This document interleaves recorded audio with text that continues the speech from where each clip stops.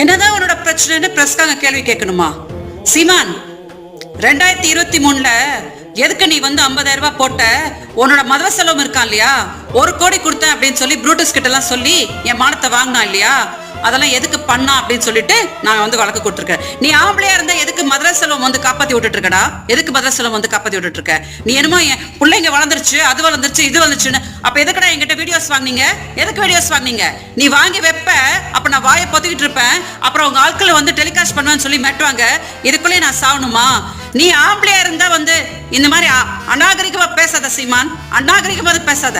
2008ல இருந்து வெறும் 6 மாசம் தான் வந்து பழகினா. அப்ப எதுக்குடா வந்து 2011ல வந்து நான் கம்ப்ளைண்ட் கொடுப்பேன்? 2011ல நீங்க எல்லாம் கொடுத்த டார்ச்சருக்கு தான் நான் வந்து போட்ட துணியோட வந்து கம்ப்ளைண்ட் கொடுத்த கமிஷனர் ஆபீஸ்ல.